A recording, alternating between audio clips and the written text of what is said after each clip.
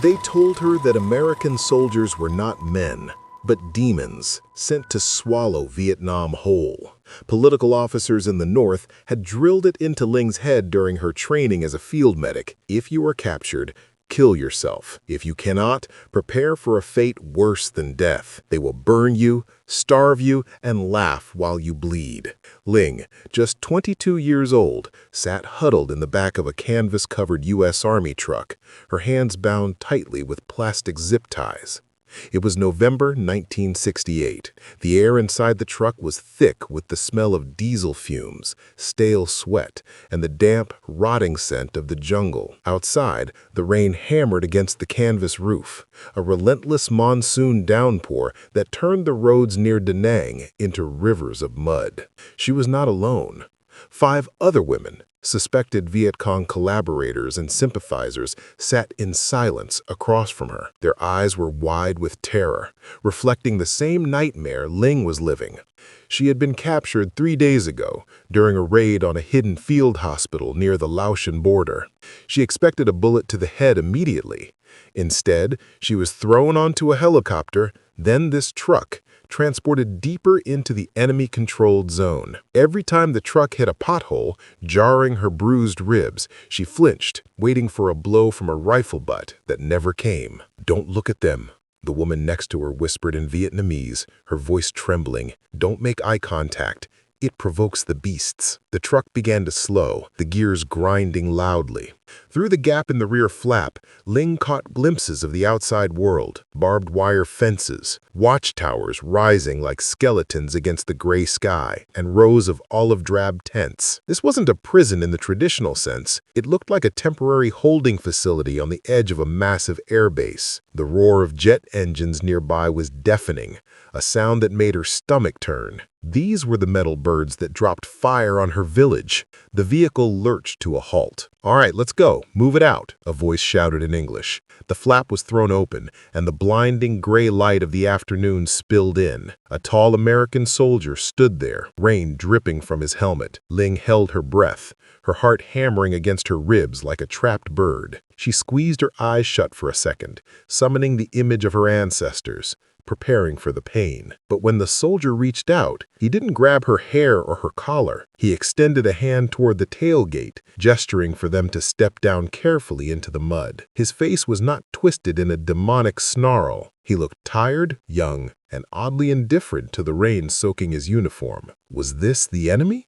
Lin stepped down from the truck, her sandals sinking deep into the thick, red mud. The rain had turned into a drizzle, but the air remained heavy and suffocating, smelling of wet earth, burning diesel, and something else, frying meat. It was a scent that made her stomach cramp violently. She hadn't eaten a proper meal in days, surviving on handfuls of dry rice while hiding in the damp tunnels. "Line up! Single file!" The tall soldier barked. He didn't touch them, but his voice carried the authority of a man used to being obeyed. A South Vietnamese officer, wearing the uniform of the ARVN, Army of the Republic of Vietnam, stepped forward to translate. Lin felt a surge of bile rise in her throat. To her, he was worse than the Americans. He was a traitor, a puppet of the imperialists. He looked at the women with disdain as he repeated the Americans' commands. They were herded into a muddy courtyard surrounded by barbed wire. An American officer with a clipboard waited for them. He looked bored rather than angry. "You are now prisoners of war," the officer recited, his voice flat. The ARVN translator echoed his words. "You will be treated in accordance with the Geneva Convention.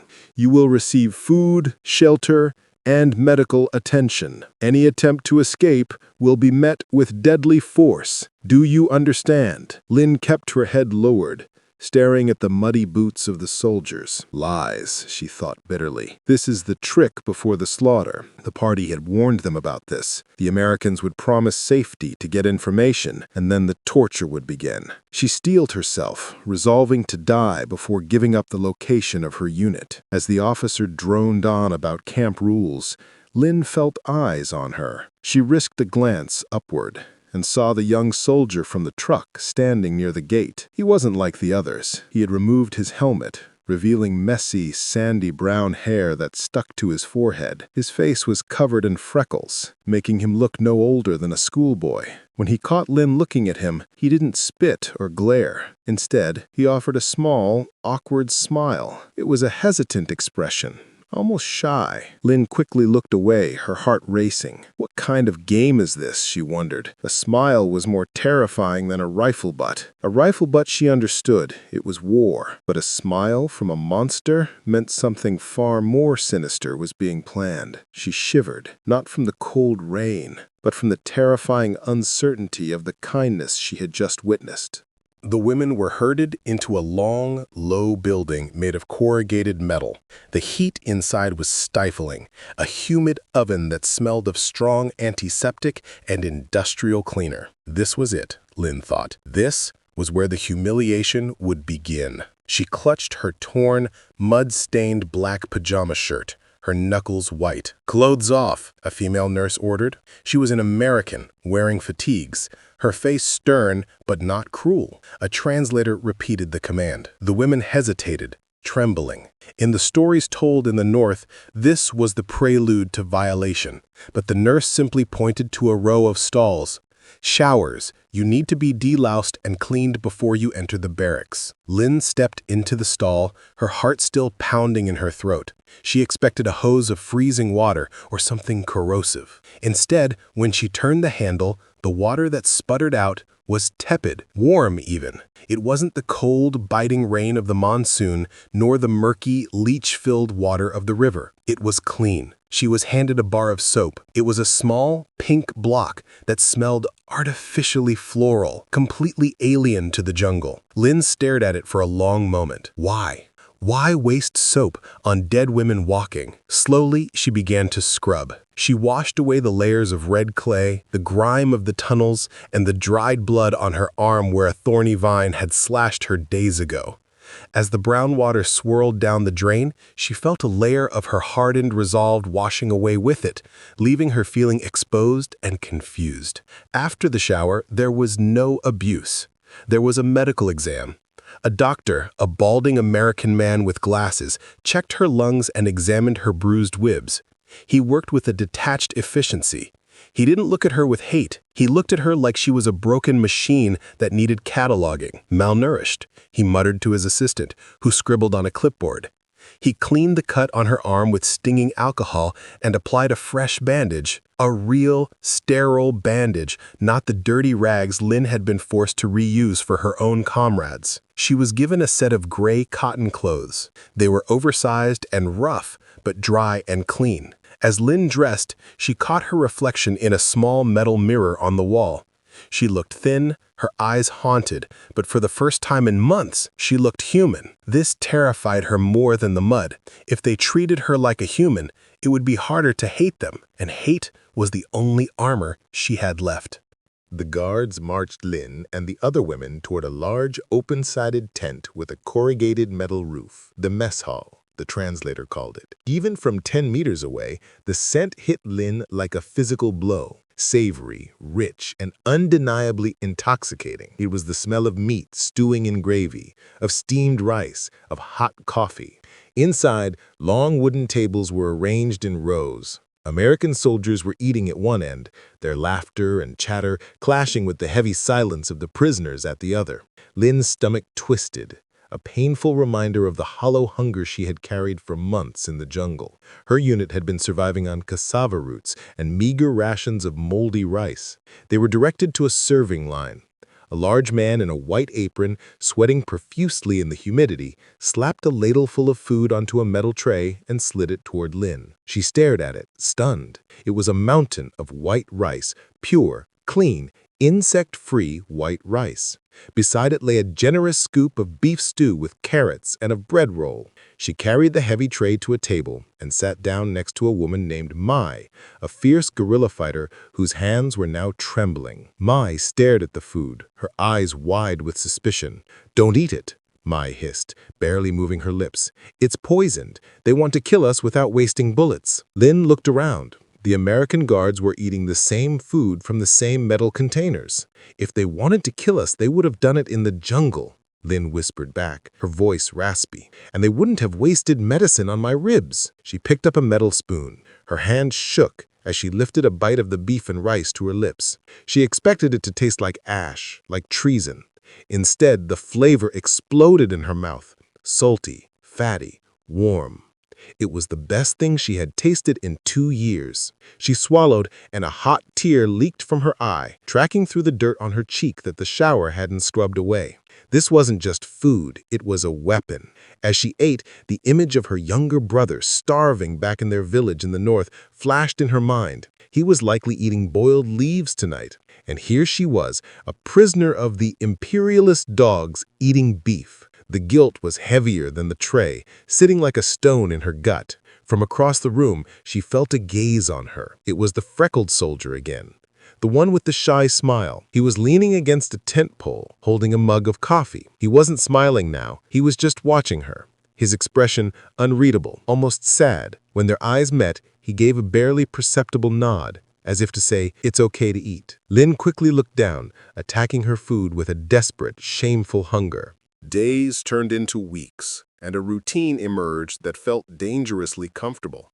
Reveille at dawn, roll call under the gray sky, breakfast, always substantial, and then work. The camp commander, discovering Lin's background as a field medic, had assigned her to the camp dispensary to assist in treating minor ailments among the prisoners.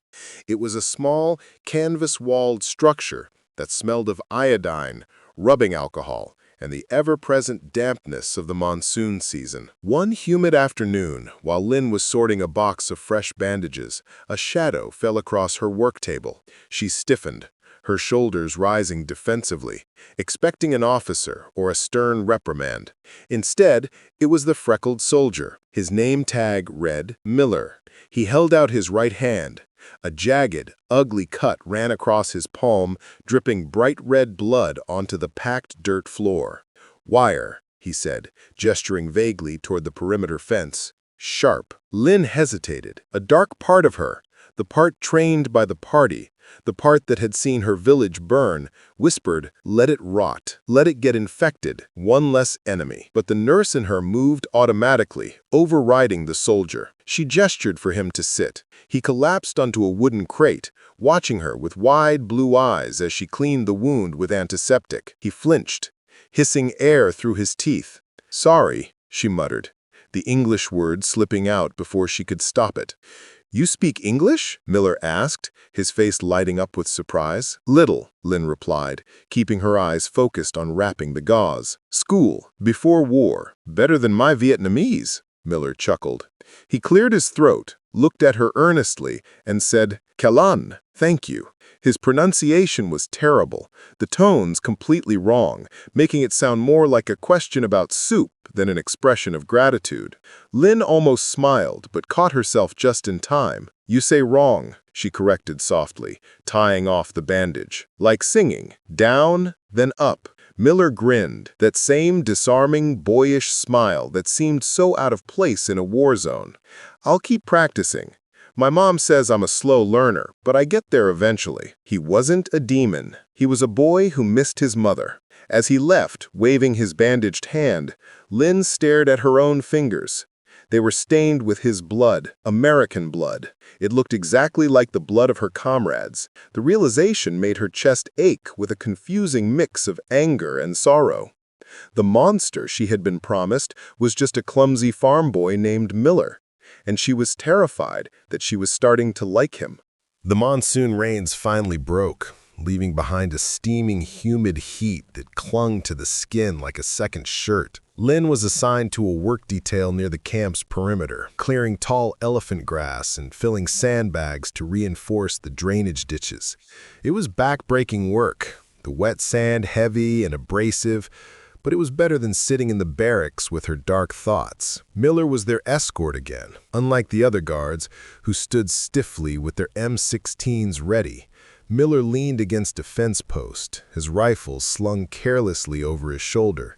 He looked less like a soldier and more like a farmer taking a break from the fields. During a short rest period, he approached Lin. She tensed, wiping sweat from her forehead with the back of her dirty sleeve.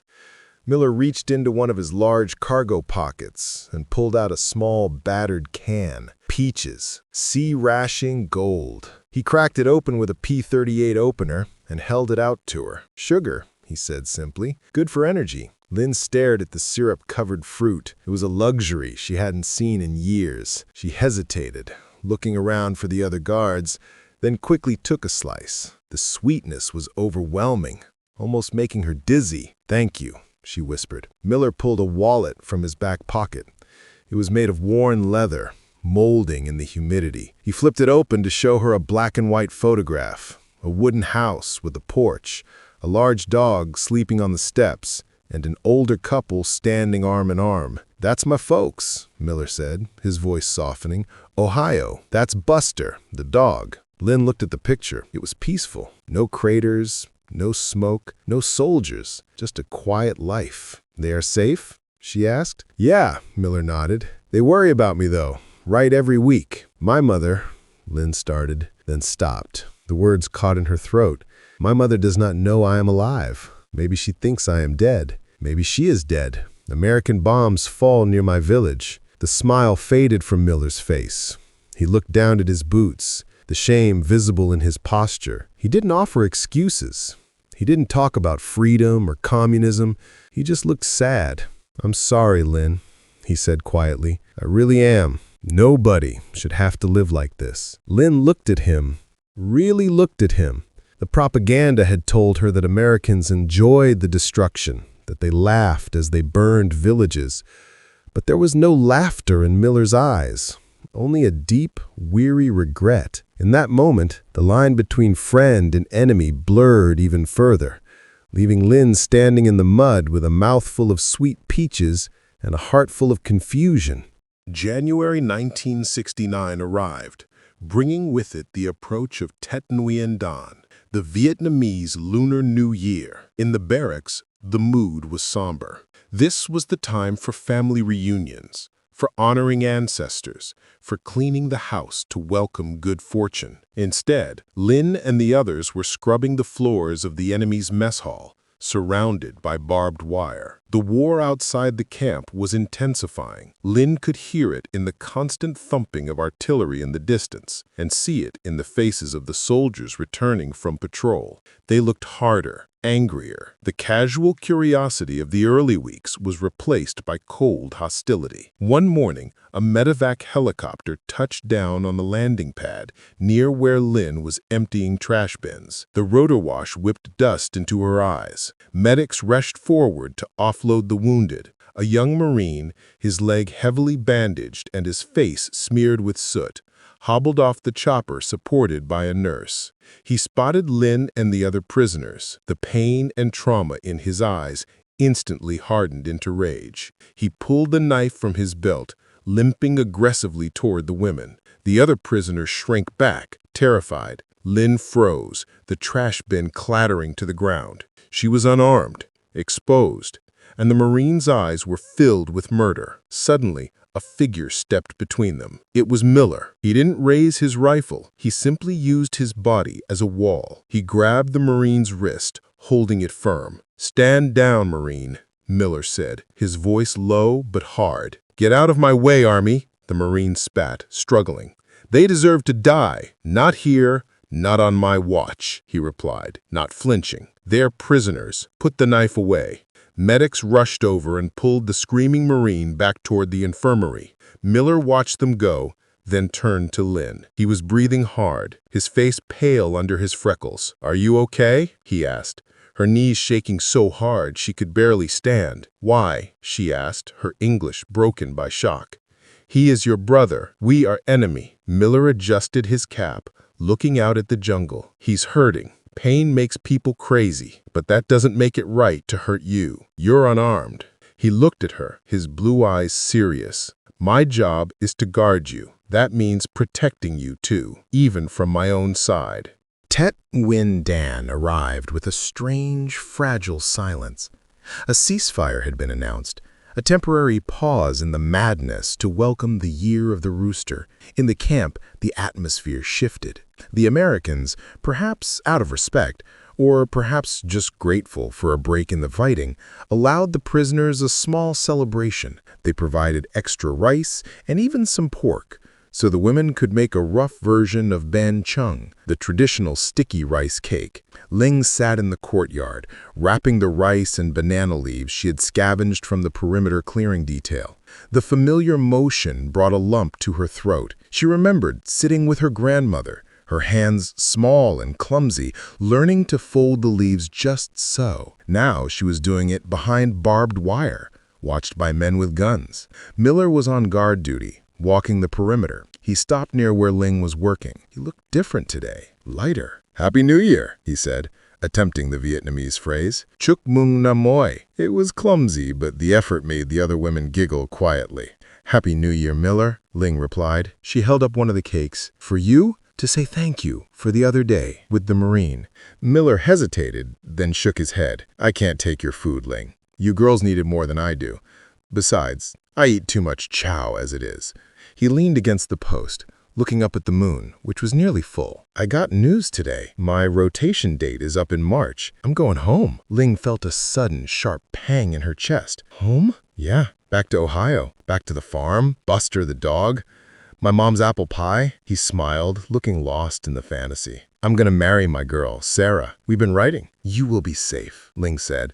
It wasn't a question. It was a realization. He was leaving this hell. He would live. "I hope so," Miller said. He looked at her, his expression sobering. I wish you could go home too, Ling. This war, it's messy. I don't hate you. You know that, right?" "I know," Ling whispered. And she did. The hatred she had nursed for so long had evaporated, replaced by a confusing, aching respect. He was not the enemy. He was just a man named Miller who wanted to go home to his Sarah. And she was just a woman who wanted to go back to her village. They were pawns on a chessboard, standing on opposite sides, but sharing the same fear. It was late February, a week before Miller was scheduled to rotate out. The sky was a brilliant, hard blue, contrasting with the red dust that coated everything. Lin was part of a small group sent to clean out a supply shed located just outside the main perimeter gate, near the access road that led to Da Nang. Miller and another guard, a quiet boy named Davis, were their escorts. The mood was relaxed. Miller was whistling a country tune, kicking at a stone with his boot. He seemed already halfway home, his mind likely on the farm in Ohio and the girl waiting for him. Around noon, a beat-up truck came speeding down the dirt road, kicking up a massive cloud of dust. It wasn't a U.S. military vehicle. It was painted in the colors of the South Vietnamese flag, but looked more like a civilian transport used by local militias. It swerved erratically and screeched to a halt just yards from where Lin and the women were stacking crates. 3 men jumped out. They wore mismatched fatigues and carried M16s and older carbines. They were shouting in Vietnamese, their faces twisted with a grief and rage that Lin recognized instantly. Their village nearby had been hit by a Viet Cong mortar attack the night before. They were looking for someone to blame. "Murderers!" the driver screamed, pointing his rifle at the women. "VC filth! You killed my children!" Miller stepped forward immediately, his hand raised in a calming gesture. "Whoa, hold on there. Back off. These are prisoners under U.S. protection." The men didn't listen. They pushed past Miller, their eyes locked on Lin and the others. "Step aside, American," the older man yelled in broken English. "This is our war. They kill our blood. We kill them." "I can't let you do that," Miller said. His voice wasn't loud, but it was steady. He moved his body between the militiamen and the trembling women. Davis, the other guard, raised his rifle nervously, but looked unsure whether to shoot allies. The militia leader raised his weapon, aiming it directly at Lin's chest. "I said move. They are demons." Lin froze. She looked at the black hole of the rifle barrel. This was it, the karma of war. She closed her eyes, waiting for the flash. "No!" Miller shouted. A single shot cracked through the dry air, but Lin didn't feel the impact. She opened her eyes to see Miller jerking violently, his body spinning as he took the bullet meant for her. Miller hit the ground hard, his body convulsing as the bullet tore through his chest. For a heartbeat, the world went silent, suspended in shock. Then chaos erupted. Private Davis roared, his rifle flashing as he returned fire, dropping the militia gunman instantly. The other two men, realizing they had just shot an American soldier, threw down their weapons in terror, raising their hands as sirens began to wail in the distance. Lynn didn't see any of that. She was already moving, scrambling on her hands and knees through the dirt to where Miller lay. The red dust of the road was turning a dark, slick crimson beneath him. "Miller!" she screamed, her voice raw. She ripped off her scarf, pressing it frantically against the hole in his chest. Air bubbled up through the blood, a sucking chest wound. She knew the sound. She knew what it meant. Her training kicked in, but her hands were shaking so violently she could barely apply pressure. "Stay with me," she shouted in Vietnamese, then switched to English. "Stay! No die! You go home! Ohio! You go home!" Miller's eyes were wide, staring up at the blinding sun. He gasped, his breath rattling in his throat. He tried to lift his hand, his fingers twitching toward his pocket where the photo of his parents and Buster the dog was kept. "Lynn," he wheezed, blood flecking his lips. "You okay?" "I am okay," Lynn sobbed, tears streaming down her face and mixing with the blood on her hands. Why you do this? I am enemy. I am VC." Miller managed a weak, lopsided smile, the ghost of the boyish grin that had first confused her. "No," he whispered, his voice barely audible over the approaching sirens. "Just people. Just a girl." His gaze drifted past her, focusing on something far away. "Tell Sarah." He didn't finish the sentence. The light in his blue eyes faded, replaced by the empty stare of the dead. His hand fell limp into the dust. Lynn froze. The sirens were deafening now. MPs were shouting. Boots were pounding the ground around her, but she felt completely alone. The boy who liked peaches and missed his mom was gone. He had traded his future, his farm, his wedding, his life for hers. She slumped forward, her forehead resting on his blood-soaked uniform, and let out a guttural scream of grief that transcended language, politics, and war. It was the sound of a heart breaking under the weight of a debt that could never be repaid. The days following Miller's death were a blur of gray fog for Lynn. She was held in a solitary holding cell while the military police conducted their investigation. She didn't care. She sat on the cot, staring at the wall, seeing only the bright red blood on the red dirt. Private Davis, the other guard, had testified to the truth. Miller had stepped in front of the weapon to save a prisoner. The militiamen were in custody, but that didn't bring Miller back. When the camp commander, a weary major, finally released her back to the general population, he handed her a small envelope. "We found this in his locker," he said gruffly. He was writing it to his girl. Lynn didn't open it. It wasn't for her, but the gesture broke something open inside her.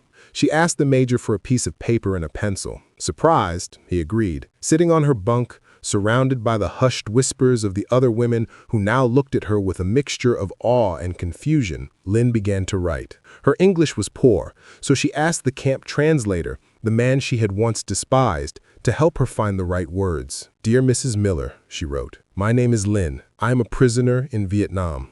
Your son, he was my guard. I write to tell you he is a hero, not because he kill enemy, but because he save enemy." She paused, wiping tears from the paper. "They tell me Americans are monsters, but your son give me peaches. He show me picture of you and dog Buster. He treat me like human.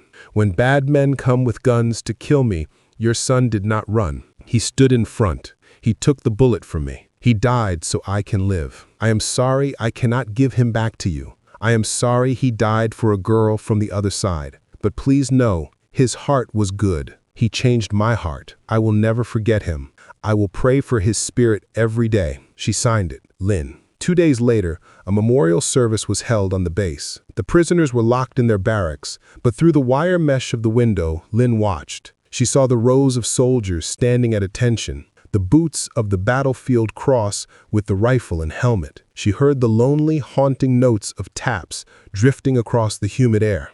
As the bugle played, Lynn did not see imperialist invaders. She saw boys like Miller. She stood by the window, pressed her hands together, and bowed deeply, a gesture of supreme respect for the spirit of the man who had saved her soul before he saved her life. In March 1973, following the Paris Peace Accords, Linh was finally repatriated during a prisoner exchange at the Tachan River. She walked across the bridge, gaunt and weary, leaving the American confinement behind. But she did not leave alone. She carried the invisible weight of a sacrifice that had reshaped her soul. When she reached her village in the north, she found it battered but standing. Her mother wept, touching Ling's face as if she were a ghost. Her father, hardened by years of war, looked at her with fierce pride. "You survived the devils," he said, spitting on the ground. "You defeated them by living." Ling took her father's hand, her grip firm. "No, father," she said quietly.